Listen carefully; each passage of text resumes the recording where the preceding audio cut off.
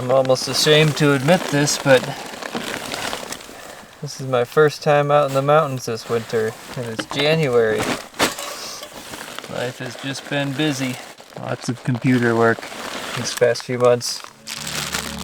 And hunting. Brought out some venison for dinner tonight.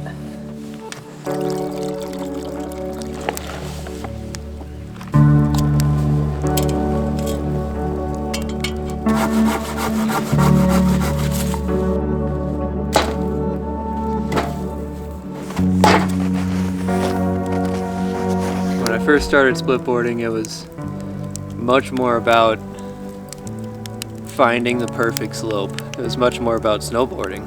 The more times I come out here on my splitboard, the less I find myself caring about getting in a good run. When I think about splitboarding now, I think about this, living and existing out here in the mountains in the winter. It's a harsh environment and it's an intense experience, but I love it.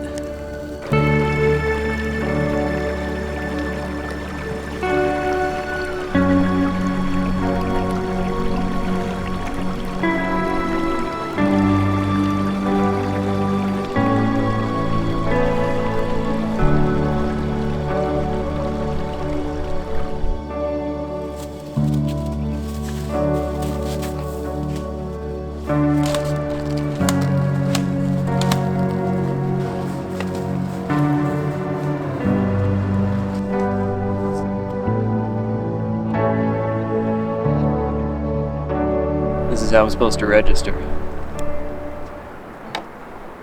Now I just left the ski track and now I'm going to start climbing up into the mountains. I've only climbed about 800 feet out of the like 2,400 that I was hoping to do today. But the snow's getting pretty deep, too deep for Echo. She has been dolphining for the past like hour. Starting to think that this goal of the basin I'm hoping to get up into might have been a little bit too ambitious. So I think we're gonna just head back. Well, it's not gonna be the best run, but I'll get a little bit of snowboarding in. This is not as exciting as I imagined.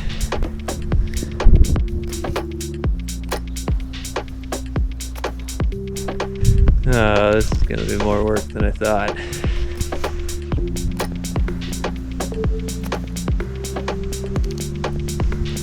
Okay, made it down to the bottom.